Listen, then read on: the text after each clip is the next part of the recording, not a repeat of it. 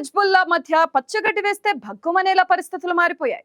Lebanon లో ఒకేసారి వందల సంఖ్యలో పేజర్లు పేలిపోవడంతో చిన్నారి సహా 9 మంది మృతి చెందడంతో ప్రపంచం మొత్తం ఒక్కసారిగా షాక్ కు గురైంది. ఈ దాడి వెనుక ఇజ్రాయెల్ కు చెందిన గూఢచార సంస్థ మొసాద్ ఉందనే అనుమానాలు వ్యక్తమవుతున్నాయి. పేజర్లలో పేలుడు పదార్థాలు కలిగిన తీగను ఉపయోగించారని హెజ్బుల్లా ఆరోపిస్తుంది. అయితే తమ కమ్యూనికేషన్ నెట్వర్క్ లోకి చొరబడి వాటిని హ్యాక్ చేసి పేలుళ్లకు పాల్పడినట్లు తెలుస్తుంది. ఇప్పటికే తమ కమాండర్ ఫాద్ షుక్రును మొసాద్ హత్య చేయడంతో రగిలిపోతున్న హెజ్బుల్లా ఇప్పుడు పేజర్లతో పేలుళ్లకు పాల్పడడంపై ప్రతీకారం తీర్చుకునేందుకు సిద్ధమవుతుంది.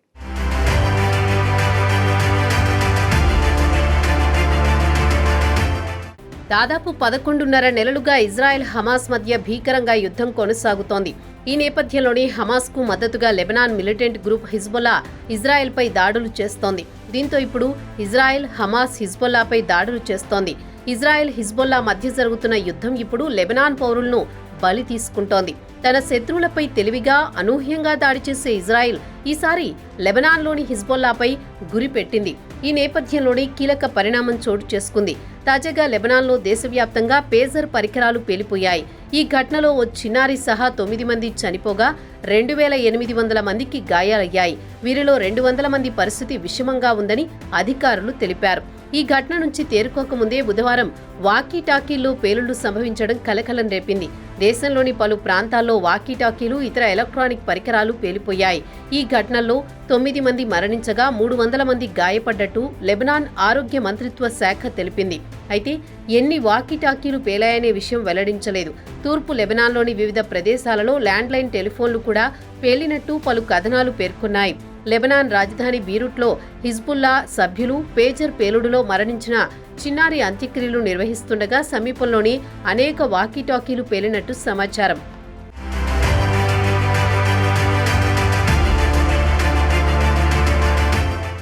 ఈ పేలుళ్లను హిజ్బుల్లా సైతం ధృవీకరించింది. పేజర్ల మాదిరిగానే అన్ని వాకీటాకీ పరికరాలు కూడా ఒకే సమయంలో పేలిపోయాయని తెలిపింది.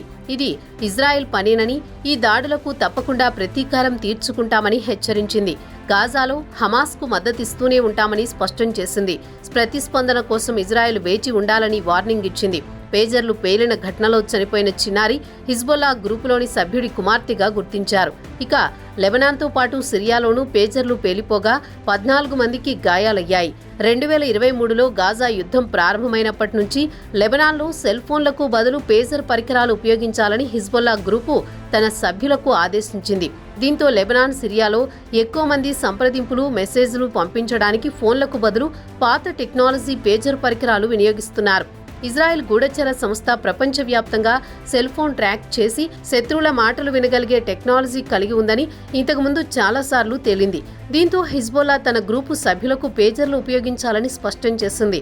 ఇక తాజాగా పేలిన పేజర్లన్నీ కొత్తగా కొనుగోలు చేసినట్లు తెలుస్తోంది.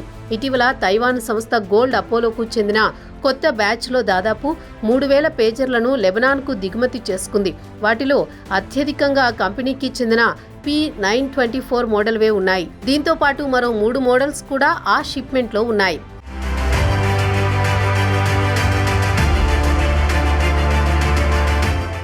ఇక పేజర్లు పేలడంపై హిజ్బుల్లా అనుమానాలు వ్యక్తం చేస్తోంది. దీని వెనుక ఇజ్రాయెల్ హస్తం ఉందని ఆరోపిస్తోంది. తమ టెలికమ్యూనికేషన్స్ నెట్వర్క్ను హ్యాక్ చేశారని హిజ్బుల్లా గ్రూప్ అధికారిక ప్రతినిధి తెలిపారు. చనిపోయిన వారిలో 2 లెబనాన్ ఎంపీల టీనేజ్ కొడుకులు ఉన్నారని, ఈ దుర్మార్గపు చర్యకు పాల్పడ్డ ఇజ్రాయెల్ను తప్పకుండా శిక్షిస్తామన్నారు. 1990-2000 దశకంలో పేజర్లు ఉపయోగంలో ఉండేవి.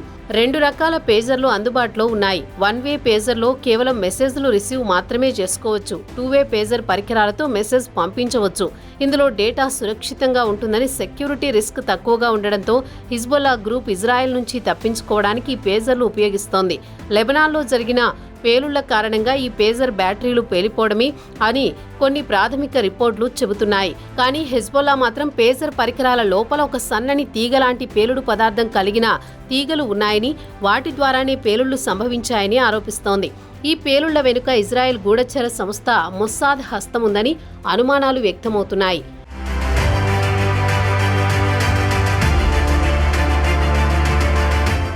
హిజ్బుల్లా సంస్థకు చెందిన వందలాది పేజర్లు ఒక్కసారిగా ఏకకాలంలో పేలిపోవడంతో ప్రపంచం మొత్తం అవాక్కైంది. ఇజ్రాయెల్తో యుద్ధానికి సిద్ధమవుతున్న సమయంలో ఈ దాడి కోలుకోలేని దెబ్బగా మారింది. అసలు ఈ దాడి ఎలా జరిగిందో కూడా అర్థం కాని పరిస్థితి నెలకొంది. అయితే సైనిక నిపుణులు మాత్రం పక్కా ప్లానింగ్తో జరిగిన ఆపరేషన్ అని ఖచ్చితంగా చెబుతున్నారు.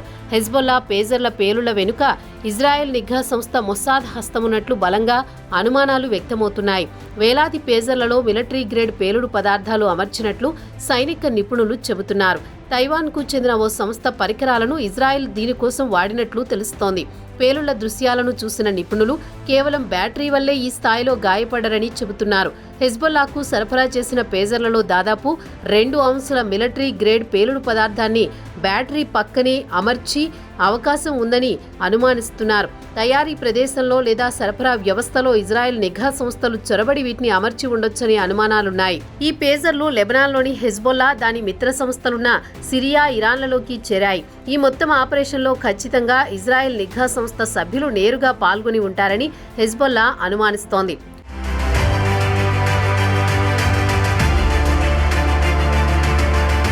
ఇజ్రాయెల్ నిఘా బృందాలు హెజ్బొల్లా ఫోన్లను ట్రాక్ చేస్తాయి. ఆ సంస్థ నంబర్ 2 కమాండర్ ఫాద్ షుక్ర్ మట్టుబెట్టే ముందు ఓ ఫోన్ కాల్ వచ్చింది. ఆ కాల్ అతన్ని ఇజ్రాయెల్ టార్గెట్లోకి తీసుకొచ్చింది. ఇలాంటి ముప్పును ఊహించే హిజ్బొల్లా ఫోన్ల వినియోగంపై కఠిన ఆంక్షలు విధించారు. ఈ పేజర్లలో శక్తివంతమైన పెంటా ఎరిత్రటాల్ ట్రైనైట్రేట్ అనే ప్లాస్టిక్ పేలుడు పదార్థాన్ని వాడే అవకాశం ఉందని తెలుస్తోంది. దీనిని సైనిక దళాలు భవనాల కూల్చివేతలో వాడుతూ ఉంటారు. బ్యాటరీ ఉష్ణోగ్రతను పెంచి కూడా దీనిని పేల్చవచ్చు. పేలుడుకు ముందు సుదీర్ఘమైన బీప్ శబ్దం రావడంతో పాటు పేజర్లు బాగా వేడెక్కినట్లు కొందరు చెప్పినట్టు హిజ్బొల్లా సభ్యులు తెలిపారు. ఈ దాడి నుంచి నస్రుల్లా సురక్షితంగా బయటపడినట్లు ఆ సంస్థ వెల్లడించింది. ఇజ్రాయెల్కు చెందిన మాజీ డిఫెన్స్ అధిపతిని హత్య చేసేందుకు హిజ్బొల్లా కుట్ర పన్నింది. దీనిని ఛేదించిన ఇజ్రాయెల్ అంతర్గత భద్రతా సంస్థ షిన్ బెట్ కొన్ని ఆయుధాలు, పేలుడు పదార్థాలను స్వాధీనం చేసుకుంది. ఇది జరిగిన కొన్ని గంటల్లోనే లెబనాన్లో వందలాది పేలుళ్లు చోటు చేసుకున్నాయి.